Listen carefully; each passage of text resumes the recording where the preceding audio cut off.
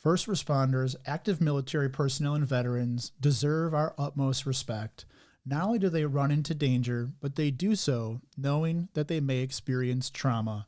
Today on the Narrow Road Home, we discuss that with PJ Hughes, the co-founder of FOB Truth. We began it in theory probably in 2017, at a retreat center called Camp Allen in Navasota, Texas. It was an idea. Military personnel, veterans, law enforcement, individuals who have been involved with too much or seen too much, done too much, oftentimes they won't set foot in a church for a lot of different reasons. And so we're discussing how do we take this gathering and make it available to more people more regularly, more often, and actually kind of created, not intentionally, an alternative to church, but it became that. It became a group of individuals who meet once a week, Thursday nights, 8 o'clock, and we discuss biblical principles. FOB is actually a forward operational base. It's a acronym.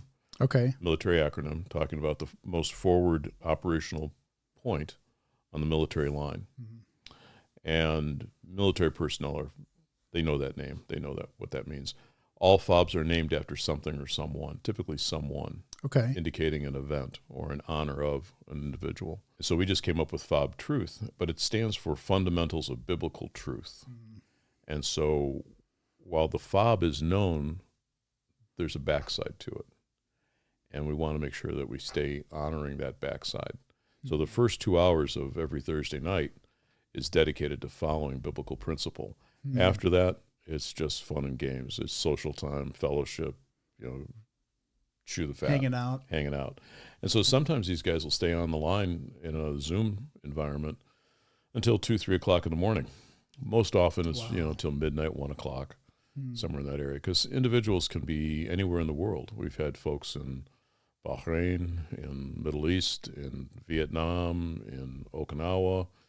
Any place there's military personnel, individuals can click on and join.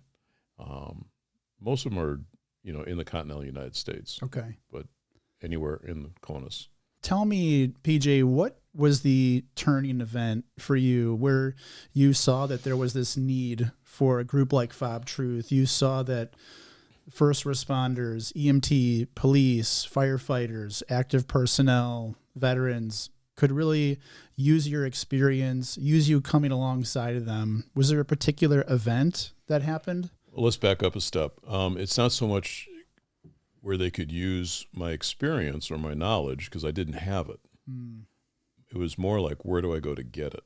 Okay. How do I get involved? How do I help? How do I become a resource to these fellows and gals?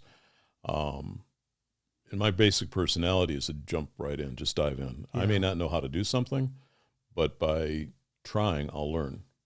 And so I just surrounded myself with a bunch of really great individuals who taught me an awful lot. This probably goes all the way back to 1980, 1979. I met an individual who was very instrumental in my life. He became my sparring partner for many years, and he reminds individuals that I either broke his nose 4 times and he knocked me out 3, or he knocked me out 4 times and I broke his nose 3. He can't remember. Good friend. But he's a really great friend. He had some interesting combat experiences in Vietnam and Beirut, and he lost his faith in that time. We both had a common background. We were both Catholics out of Chicago. Okay. And so in the process, we both walked away from Catholicism. But he was lost, and he got me back on track, and then I made it my goal in life to help him get back spiritually and heal from the experiences that he had. In that process, got married, had kids. Okay. One of my kids wanted to become just like him, and has, and he showed up one time and said, Dad, what do I do when I got blood on my hands? What do I do when I have to kill somebody? This is your son? My son, yeah. And that was, it was a tough moment. And trying to explain that to him from a biblical perspective. Yeah. Because the church has done a pretty poor job of explaining some of this, Mm-hmm. and different denominations, different traditions do it worse than others. Mm-hmm. I don't think any of them do it really well. And the case in point would be, thou shalt not kill, Yeah. the commandment. You teach that to someone from a child's stage all the way to adulthood. Mm-hmm. And what does that really mean? And so you get yourself into a firefight, or you get yourself into a situation where you have to defend Mm-hmm. loved ones, the person to the right, person to the left, and you have to drop somebody. Yeah. How do you make that work? Mm. And so from my perspective, you got to go back and look at the original language. Okay. And look at the original context in which that original language was written in. Mm-hmm. And the word was not kill. The original word was rashach. Okay. Thou shalt not shed innocent blood. That changes things. Absolutely. It changes a lot of things. But we don't teach that. Okay. All right? And so how do we kind of break that barrier? So that's the essence of FOB Truth. We literally look at things from a, I guess it would be exegetical Okay. perspective as opposed to eisegetical. Now, exegetical means exactly what the word says. Okay. Eisegetical would be, how do I want to twist it to fit what I want it to mean? Got it. That's my interpretation. I Okay. don't know if that's theologically correct, We'll run with it. but I think it is. So when you look at context, who the audience was, who was speaking, what that language really said at the time, Mm-hmm. it changes how we see things today. And we miss a lot. We're not reading between the lines. And very few institutions today go down that path. Mm-hmm. Many just want to tickle the ears of their audience through a variety of means, more entertainment than instructional. So what we're really getting at here is you have these careers like active military personnel, Mm-hmm. the veterans, Mm-hmm. the first responders, EMTs, police, firefighters. They're putting themselves into these jobs, into these careers where they have long hours and they have access that most people don't to really difficult, horrendous situations where they can experience trauma. Mm-hmm. Is that what you see as one of the main things that's really hurting people that are in these different career fields, the traumas that they experience? Yeah, actually, it probably is a little bit more than that. When we look at the divide between civilian and military, or civilian and law enforcement, that's a huge gap. And many folks in the law enforcement community, not all, but many, and even in the military, both active duty and veteran community, look at civilians like, you really don't know what you're doing, or you really don't know what you're talking about. You have no idea what I've been through. You have no idea what I've done or what I've seen. And there's truth there. Yeah. And a lot of civilians are pretty ignorant to that. They don't know what these people have had to go through, whether it be as horrendous as military sexual trauma, rape in the ranks, or just outright the murder, the killing, the death, the destruction that they have to see and experience. Yeah. But I think the bigger picture is almost all of us go through trauma. Mm-hmm. We all have been traumatized in some way and to some degree. Okay. We just don't necessarily recognize it for what it may be. And that trauma oftentimes creates moral injury. And the moral injury is where you get the stress and the post-stress. Tell us about that. What is moral injury? As I define it, and this is not a clinical definition, Okay. but we all have a moral compass that's embedded in us. It's Okay. ingrained in us. Where is our true north? If we don't have one, that's problematic. But we all should have some sense of right and wrong. Okay. Where is your true north? What is your standard of truth? Is it all relative, or is there some objective truth out there? Is there a standard that you're aiming at, Okay. a goal or a target? What's that true north bearing? And when something happens in your life, and either you are an active participant in it, or you just witness it and you don't do anything about it, that action can be so egregious, so horrific, so out of bounds, that it throws your moral compass off. You don't know how to deal with it. You get this incongruity. Yeah. I guess that might be considered cognitive dissonance, possibly. Okay. But that gap that is created Okay. creates a stressor. I just want to make sure I'm following. Can you give us an example of what that might look like in maybe one of these career fields or for a person in general? Sure. How about, what do you do when you get caught up in a firefight, you're being shot at, Okay. and you've got to return fire to protect the people that are next to you. And at the end of that firefight may last 30 minutes, 40 minutes, an hour, and someone comes out and brings the body of a child that's been cut in half by the gun that you were on. How do you deal with that? Or you're walking next to somebody, and they step on a mine, and they suddenly are gone. They're pink mist. Mm-hmm. There's nothing left. Yeah. What do you do with that? How do you manage that? Or perhaps you missed something. You didn't see something, or you saw it and you didn't say anything about it, and someone got hurt or killed. Now, I'm not military. I'm Sure. a civilian, so I have not experienced that, but I've seen enough, I've done enough in the civilian side to understand that transfers over into the civilian world. You can see a horrific accident, or you can be involved in some goofy activity in which someone gets hurt or worse. Or you can witness something and you don't stop it from happening. Mm-hmm. You will let it occur. That's the gap. That's when the moral injury happens. You wake up in the morning and you question yourself, could I have done more? Or should I have done something different? Did I miss something? Yeah. And then that stressor starts up. And then that stress gets out of control. Mm-hmm. And next thing you know, either you're in a medical environment, and the doctors start drugging you up and giving you prescription meds. And next thing you know, you're out of the system, and now you're on the street and using street drugs to compensate or cope, and you become self-medicating. And so there's an awful lot of self-medication that goes on with alcohol because it's culturally acceptable. Yes. And next thing you know, you have individuals who are dealing with the consequences of alcoholism.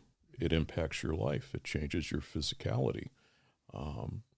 There's all sorts of ramifications to all of this.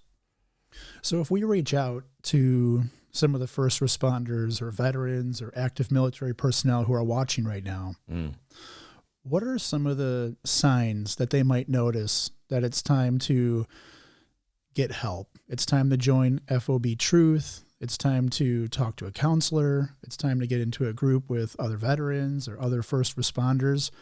What are some things that they might be experiencing where it's like, it's a good idea to get some help and to get around like-minded people? I think there's probably a couple steps before we get to that point, Daniel. Okay. One would be empathetic. We use a term paraclete. Okay. And the paraclete was someone who would come alongside of and help carry their load for the extra mile. Okay. Now, in the time of Christ, and the Romans mandated that if you were a Jew and a Roman soldier came up to you and told you to carry my rucksack, you were obligated to carry it for 1 mile. Christ told us, go the extra mile. Take it an extra mile. The paraclete walks alongside of. Okay. Doesn't try to fix anything. Yeah. Doesn't try to change anything. Just is there.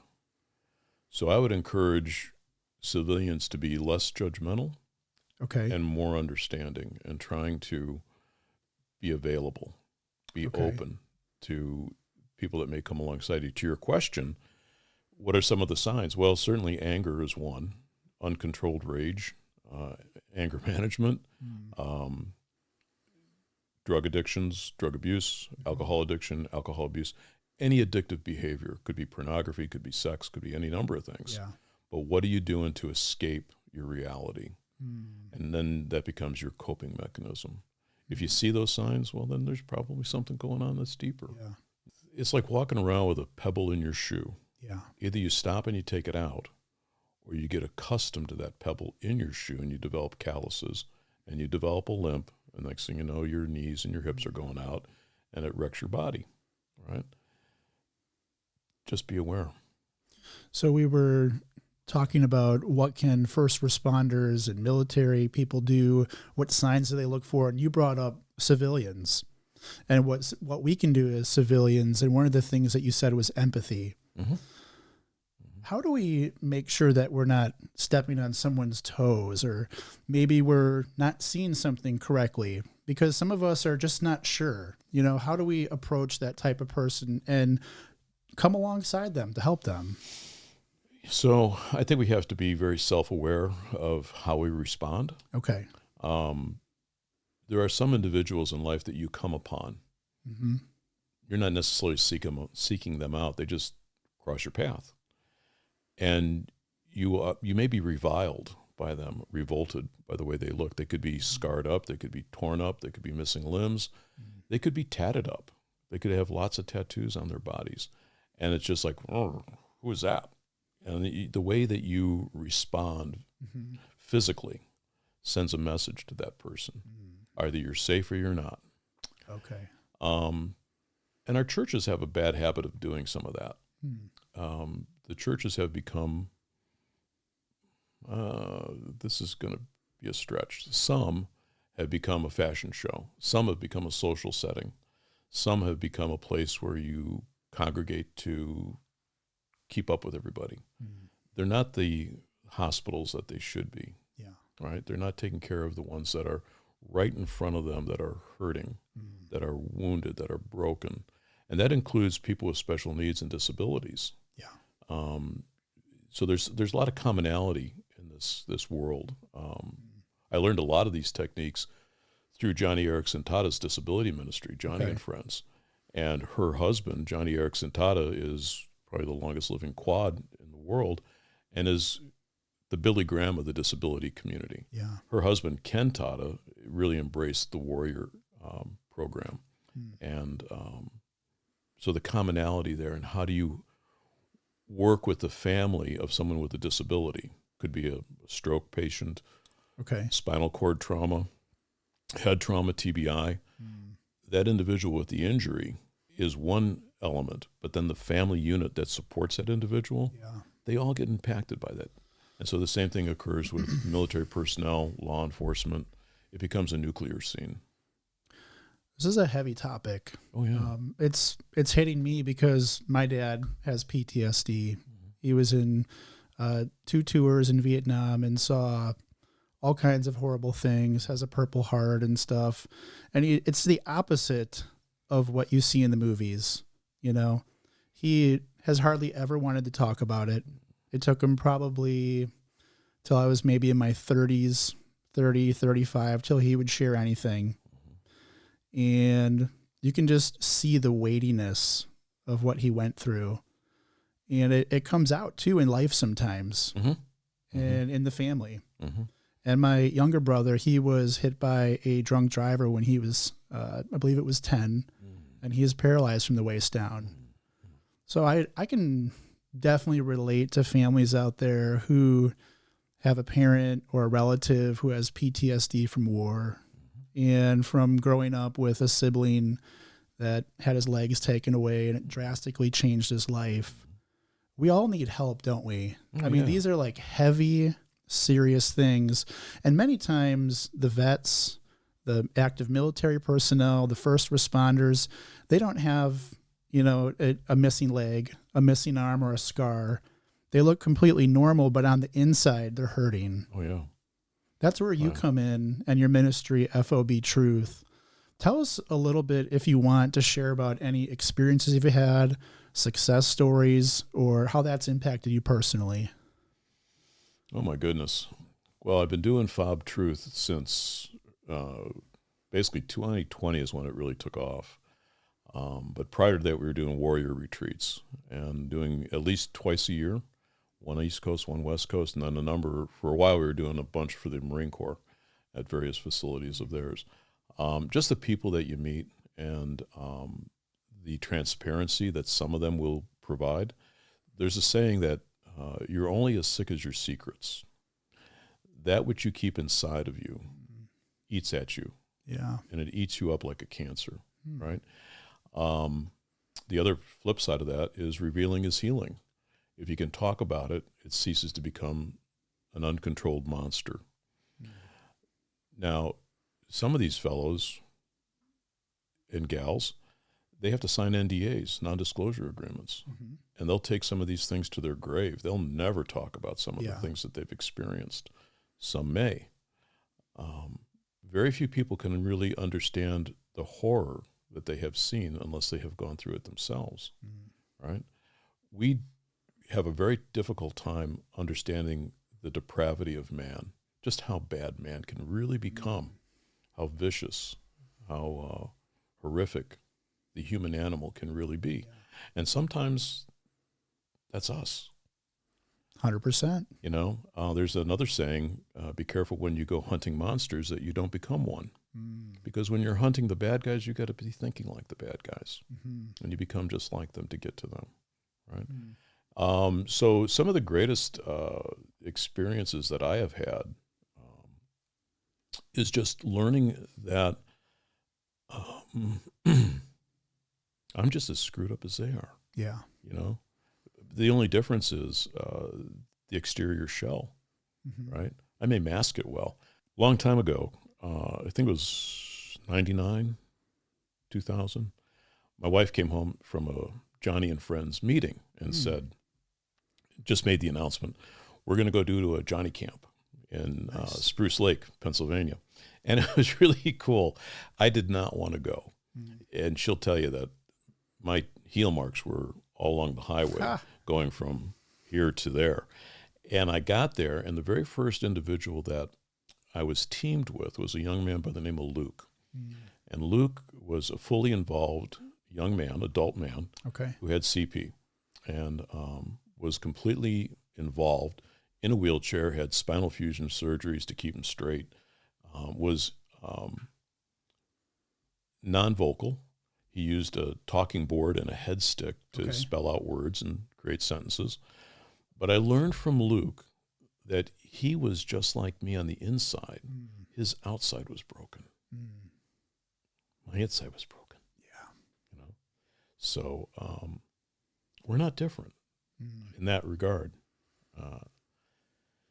So off we go.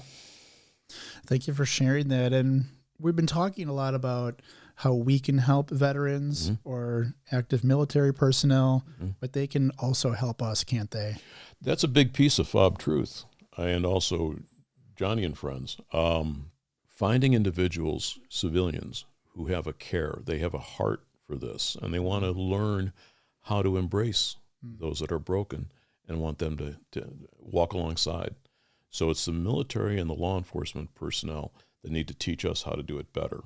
And then we have to learn how to serve them better. Yeah. If you're going to wash feet, you have to have two people, right? I like that. So we have to teach each other how to wash feet better. Yeah, this whole idea of dysfunction, right? We do a really great job of trying to present ourselves as being fully functional. And from my perspective, most people are a hot mess. Yeah. They've just put lipstick on a pig. Why do you think we do that? Image, ego, pride. Yeah. We want to present ourselves as being better than we really are. And we're taught that from infancy, right? Very few people want to be authentic and transparent. The guys at FOB Truth, the guys and gals at FOB Truth, they're spot on, authentic and transparent. I love those people. And we're really blessed to have some highly skilled individuals, counselors, psychologists that are there, chaplains, and it's a very close family. We've been doing this now actively since 2020, and it became with COVID that really took it off because people were looking for a place to come and land. Do you feel like there's a spiritual component when it comes to trauma and wanting to hide ourselves and put on that face that everyone wants to see? Oh, absolutely. It's biblical. I mean, you look at Cain and Abel. Look at Adam and Eve. As soon as they committed sin, They wanted to hide themselves from God, right? When Cain slew Abel, what was his duck? He went into denial. Yeah. What do I know? I don't know where my brother is. I just killed him. Yeah, I don't know what happened to him. So we try to present ourselves as being better than we really are. Yeah. I think that's our nature. That's our fallen nature. Well, I think that is one of Satan's most cunning things he does is trying to make us believe that we're better off hiding, trying to make us believe that we don't need to talk to other people. I've gone through things in my life that have led me to counseling. And the first time that I went to counseling, I met with this guy. He was probably 60, 70 at the time, just poured out my guts, all of it. It was time to just let it all out. And I walked out of there feeling so light and just like, I cannot believe that I can actually share everything with someone because it's so freeing. We're not meant to hold that burden in, are we? We're not meant to, but we're trained to. Suck it up. Yeah. Is a real common phrase. Get over it. How many times have you heard that? Get over it and get on with it. Yeah. That comes from tough guy. Oh yeah. Yeah. You're not supposed to cry. Don't shed a tear. Stuff your emotions, choke your emotions down. Yeah. Suppress your feelings, right? You can't deal with it. If you suppress it, it becomes not real. And then you can deny it and you can hide from it. Yeah. Right? And then comes the drugs and alcohol. Because at some point, I believe, this is just personal belief, our efforts to suppress it internally no longer work. And so now we got to figure out another way to suppress that and make ourselves feel good. Yeah. All right. And so sometimes it's marijuana, sometimes it's cocaine, sometimes it's alcohol, sometimes it's sex, sometimes it's all the above. Yeah. Right. And we become this twisted mess. What was it that Shakespeare said? Oh, the tangled web we weave when first we set to deceive. We deceive ourselves before we deceive anybody else. And so we live in that. And sometimes it's frustration. I'm not where I want to be. There's things I should have done differently 20 years ago. I've not resolved that. I had someone once ask me, and I thought I had this really well masked, and I didn't. But I had a boss who was really great. And she asked me one time over dinner, what's the source of your inner aggression? I was like, whoa, really? You picked up on that. Interesting. And here I am in a three-piece and a tie and a nice dinner, on my best behavior. And yet they picked up on it. Fabulous people that I worked for. Yeah. And, but they were aware. They had that sensitivity, right? But they were also concerned. Yeah. They were concerned about me, not themselves. And so I think that's a big piece of what we as believers need to embrace. Be concerned for the other person more than we are concerned for ourselves. That doesn't happen. So what are some practical things we can do being a part of the church? You mentioned churches tend to fail veterans, first responders in a lot of different ways. What can we do as people, civilians who want to come alongside them and help them make that next step or be that next step for them and just listen, help in any way that we can? Some, first of all, self-awareness. Just where am I personally on a scale of 1 to 10, being willing to come along somebody who may look very differently than I and be a buddy. Combat military personnel will have a term called battle buddy. It's the person that they rely on to stay alive. Be in that foxhole together. In that foxhole, right? Those veterans, and law enforcement too, who's their partner? Who's got their back? Who's going to help them through the bad stuff, right? The dangerous stuff. So they get home, they don't have that. Yeah. But we as civilians, we're not teamed up with anybody. We want to surround ourselves with people that look like us or are part of the same country club or the socioeconomic group, right? And we want to become like the guy up the street or the gal up the street, right? We want to become like them. But we don't necessarily want to lower ourselves and wash the feet of someone else.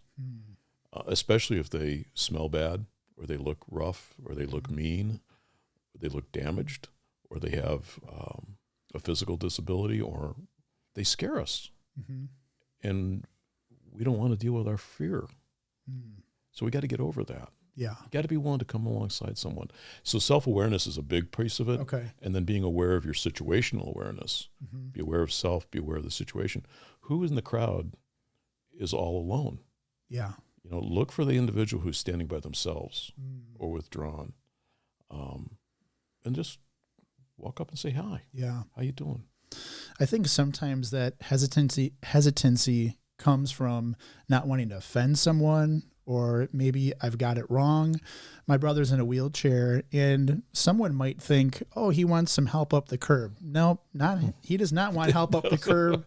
Do not touch me. I will do it myself. Yeah. Leave me be. Well, they've not been trained in the etiquette, in what they call it, wheelchair etiquette. Yeah. So we haven't taken the time to learn. But I think a lot of this is fear-based. Yeah. We're afraid. We don't want to offend. That's Yep. fear, right? Mm-hmm. We don't want to overstep. That's fear, Yeah. right? We're not willing to take a risk and say, hey, I don't know what I'm doing here. Can you help me out? Yeah. Teach me. Mm-hmm. I want to be of help to you. And be willing to fail. Be willing to, have someone bark at you. Mm-hmm. In all the years I've been doing this, I've never, ever seen anyone lay a hand on anybody else. Mm. They may bark a little bit. Yeah. That's all right. I got dogs that bark. Yep. You got a dog that bit you, right? And you still love the dog, There we go. right? So sometimes you just got to get over ourselves. Yeah. So what is it that veterans are wanting? What do they want from other civilians? Do they want us to listen? Do they want us to hang out?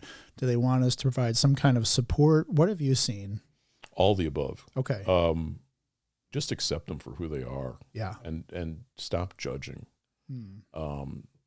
It's not our place to judge them. That's for God to do. Yeah. Right? Understand that they've been through some rough times. Mm. So have you. So have I. Yeah. We just show it differently. Be willing to get out of your comfort zone. Too many of us, especially when you're in certain socioeconomic classes, if you're living in lily white suburbia, Mm-hmm. and I use that term really loosely, Yeah. but you feel more secure there than if you're down in the inner city, right? Mm-hmm. And you live there for a reason. You got to get over that. Yeah. You got to sometimes venture into some foreign territory. Yeah. And get comfortable being uncomfortable. It's okay to be uncomfortable. Deal with someone who is not like you. Yeah. And be willing to be Christ to them. So I would oftentimes ask myself, what would Christ have me do in this moment? How would Christ deal with this? Mm-hmm. How would Christ deal with this person? We don't often do that. Yeah. I think there's so much power in friendship, so much power in just hanging out and listening. And that's just kind of jumping out to me as one of the things that might be needed. Are there any organizations other than FOB Truth where civilians can be paired with maybe combat veterans or first responders? I'm sure there are. Okay. Most of them I'm not familiar with. Most of them, like Mighty Oaks, and there's a few others, they cater and require individuals who are part of that team to be military qualified, right? Johnny Erickson Tada's Disability Ministries. Okay. That's a great one. JAF, Johnny and Friends. Oh, my goodness. If you want to get some really great education in how to come along some people, someone who is different, start there. Volunteer. Go to a family camp. Go to serve somebody else.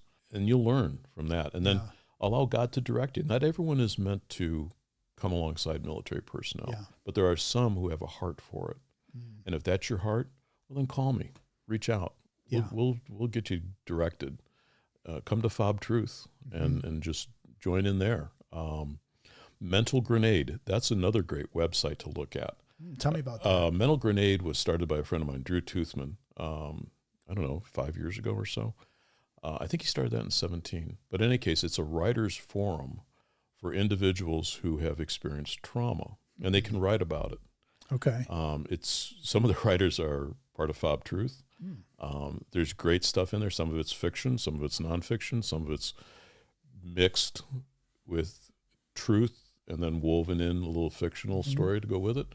But there's some fabulous stories in there from some of these EOD bomb disposal techs, or individuals who have dealt with grief, lost a brother, father, mother, all inside of a year or two, and how they process their grief and how it processed them. How did they handle it? How did it handle them? Tell me, how is your journey with FOB Truth, hearing so many different stories from first responders or active military or veterans? How has that changed you personally? I may not be the right person to ask that question. Okay. You may have to ask my wife. Okay. She might give you a better answer than I will. I think it's in some ways hardened me, jaded maybe, calloused. I've come to expect the unexpected. Yeah. I've also come to realize that this is not all there is, that this time on earth is just a fraction of our existence. Yeah. We were made for all eternity. So there's a whole lot more after I leave this planet, right? And I'm looking forward to that. Am I right in what I'm kind of hearing in that spirit of your answer is, I've heard so many difficult stories from people. It's hard to even imagine all the bad stuff. I mean, there's so many difficult, traumatic things that people experience. Oh yeah, and they survive it. They live through it. Now their souls and their psyche may be shattered and broken, but in many cases they heal and they do come back. They don't come back the same. They come back differently. I'm glad to hear you say that they heal, and I'm sure that is a process that's different for everyone. What have you seen over the years that you've been doing this where people have had the most success? What are they doing that leads them more towards health?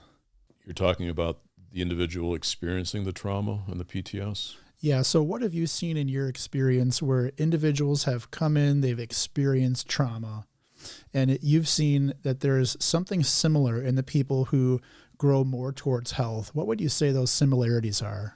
I think it probably transcends not only the military law enforcement community, but also the entire mental health community, right? You got to want to do the work. And there are some that don't want to do the work. Yeah. Let me touch on something in addition to this, and that's the 22 a day suicide rate. Yes. How do we stop that? How do we we're never going to stop it, but how do we manage that? Reality, from what I've heard, it's much more than 22 a day. Most coroners do not want to put a suicide stamp on a death certificate.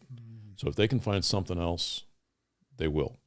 There's a lot of ramifications when you put a suicide stamp on a certificate. Okay. They lose benefits and everything else. But so some will tell you that it's probably 30, 35, 40 a day that are taking their lives. Sometimes it's intentional, sometimes it's accidental. Alcoholic death from too much alcohol, alcoholic poisoning, accidental drug overdose. This is happening way too often. And so we're not going to save everybody, but we can save one. We can help one. But ultimately, if you want to get better, you got to want it. You got to want to do the work. Christ asked a couple people that he healed a very important question. Do you want to get well? And there are some that may say, yeah, I want to get well, but when it comes right down to it, they don't. Because if they got well, they'd have hard work to do. They might have to face some things they don't want to face. They may have to go through withdrawal. They may have to get sober. They may lose benefits, monetary benefits. They may have to go out and get a job. And those things are really scary for some people. And they can't get over that. And so you see, what do they call it in prison when someone is paroled and ends up recidivism? You see this backsliding. So people get well and then they slip. Yeah. They fall off the wagon. They get through a 12-step program, and they're sober for a while, and then they get back on the bottle or on the needle or on the drugs. This revolving door. Yeah. Becomes the norm, doesn't it? It's more common.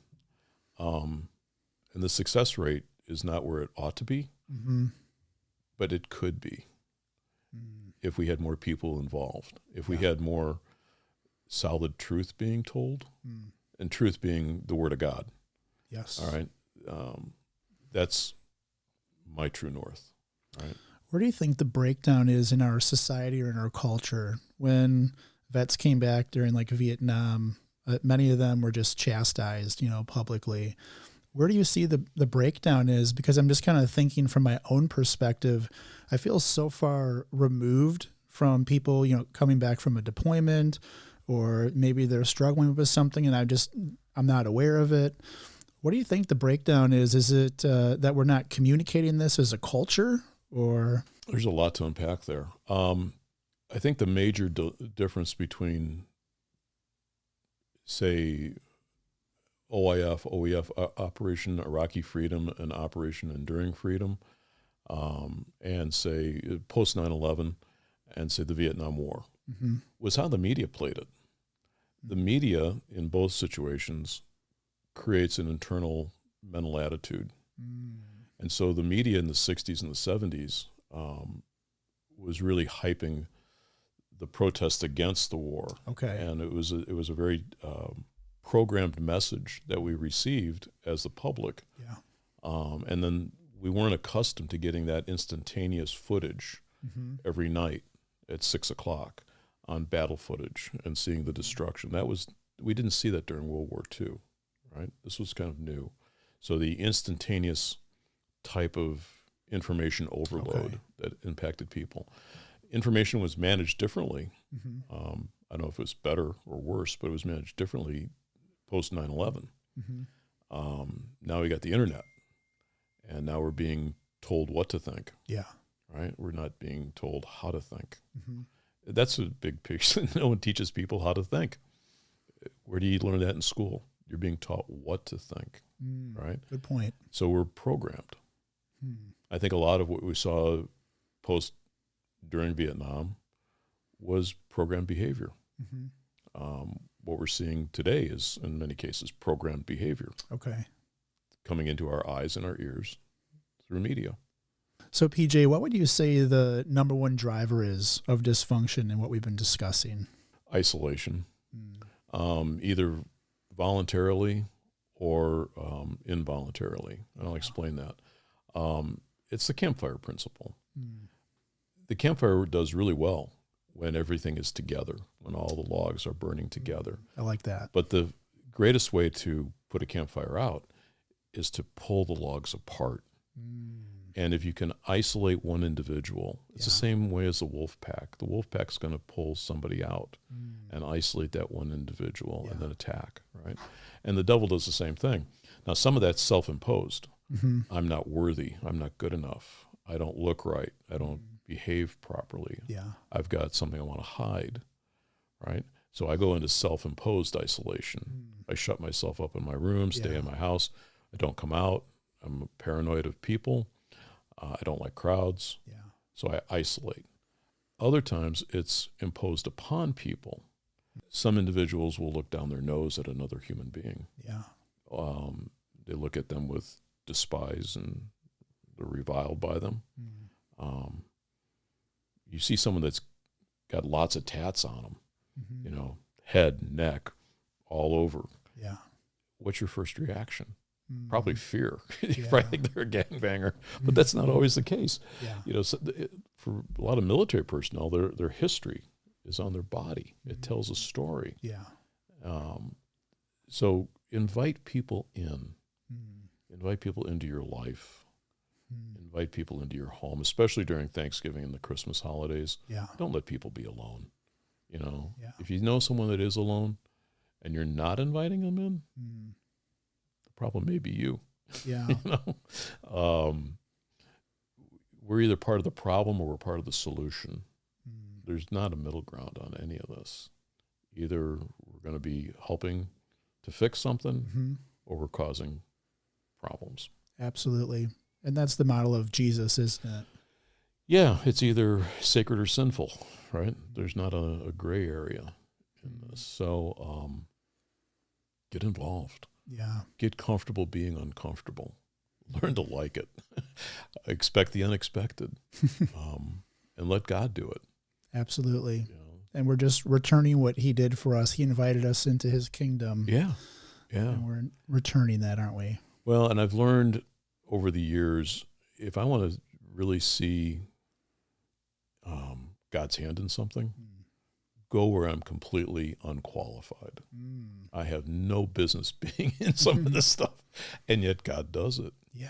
You know, and he performs. He provides. Absolutely. He does what I can't. And I just happen to, you know, go where he leads. It's a beautiful message. It's something that I think we need to, and I think times are going to require more of it. We're getting into some harder times. Yeah, absolutely. Yeah.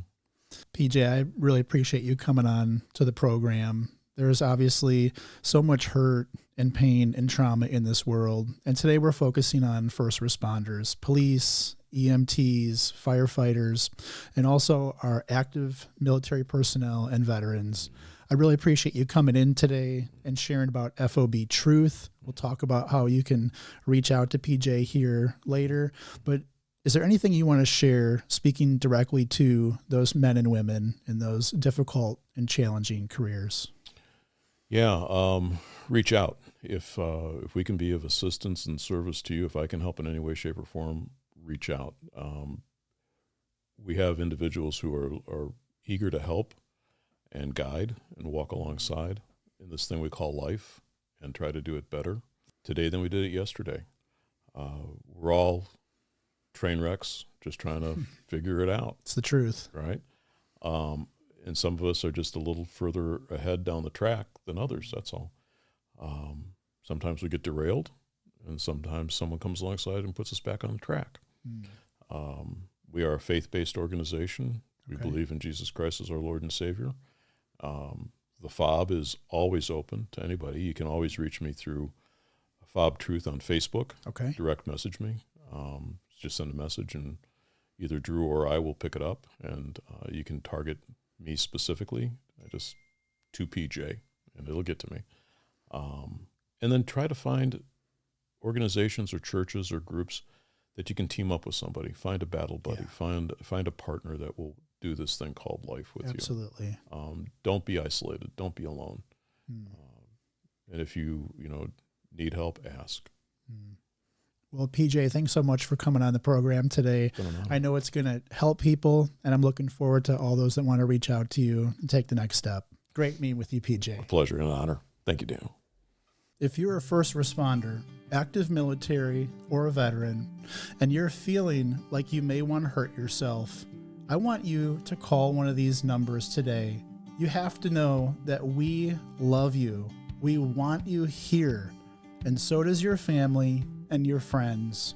If you don't have anyone else, I want you to know that I care right here, right now, and I want you to call. For veterans and active military, you can call the Veterans Crisis Line. You simply dial 988 and press the number 1. It's available 24/7 for veterans, active duty military, and their families. They provide confidential support from trained responders. You can also call the Military One Source Crisis Line. You dial 1-800-342-9647. They offer free, confidential support for active duty, National Guard, and Reserve members, along with their families. For first responders, you can call Safe Call Now. You dial 1-206-459-3020. It's a confidential 24/7 crisis hotline for first responders and their families. If you're a firefighter or EMT, you can call the Fire EMS helpline. You simply dial 1-888-731-FIRE. Those letters are 3473. This is great support specifically for firefighters and EMTs. And if you're a police officer, you can dial 1-800-267-5463. It's a confidential support line for law enforcement officers and their families. And if you're a civilian who's struggling with thoughts of hurting themselves, we love you too. And I want you to call right now if you're having those thoughts. You can call the National Suicide Prevention Line. Simply dial 988. It's a 24/7 confidential support line for anyone in crisis. God loves you, and so do we here at the Narrow Road Home, and I know so many of your friends and family do as well. We want you here. We know you've been through so much trauma, but you need to know there's hope no matter what you've gone through, no matter what's happened. Let's do it together. Make the call today. My name is Daniel, and this is the Narrow Road Home.